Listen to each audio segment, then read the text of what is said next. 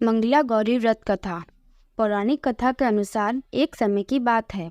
एक शहर में धर्मपाल नाम का एक व्यापारी रहता था।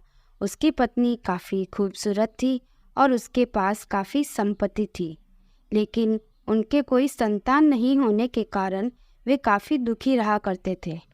ईश्वर की कृपा से उनको एक पुत्र की प्राप्ति हुई, लेकिन वह अल्पायु था। उसे यह श्राप मिला था कि 16 वर्ष की उम्र में सांप के काटने से उसकी मौत हो जाएगी।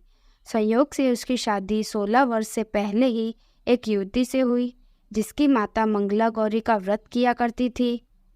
परिणाम स्वरूप उसने अपनी पुत्री के लिए एक ऐसे ही सुखी जीवन का आशीर्वाद प्राप्त किया था, जिसके कारण वह कभी विधवा नहीं हो सकती थी।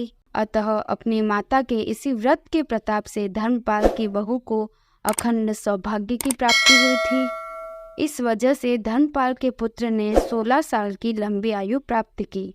तभी से ही मंगला गौरी व्रत की शुरुआत मानी गई है। इस कारण से सभी नवविवाहित महिलाएं इस पूजा को करती है तथा गौरी व्रत का पालन करती है और अपने लिए एक लंबी, सुखी और स्थायी वैवाहिक जीवन की कामना करती है। जो महिलाएं उपवास नहीं कर सकती, वे भी कम से कम पूजा तो कर ही सकती है।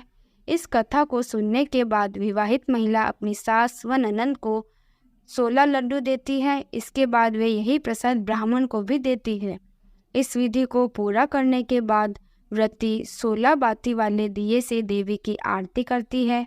व्रत के दूसरे दिन बुधवार को देवी मंगला गौरी की प्रतिमा को नदी या पोखर में विसर्जित कर दी जाती है।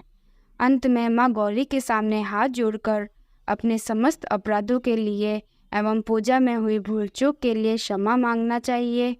इस व्रत और पूजा को परिवार की खुशी के लिए लगातार 5 वर्षों तक किया जाता है। अतः शास्त्रों के अनुसार यह मंगला गौरी व्रत नियमों के अनुसार करने से प्रत्येक मनुष्य के वैवाहिक सुख में बढ़ोतरी होकर पुत्र पौत्रादि भी अपना जीवन सुखपूर्वक गुजारते हैं। ऐसी इस व्रत की महिमा है।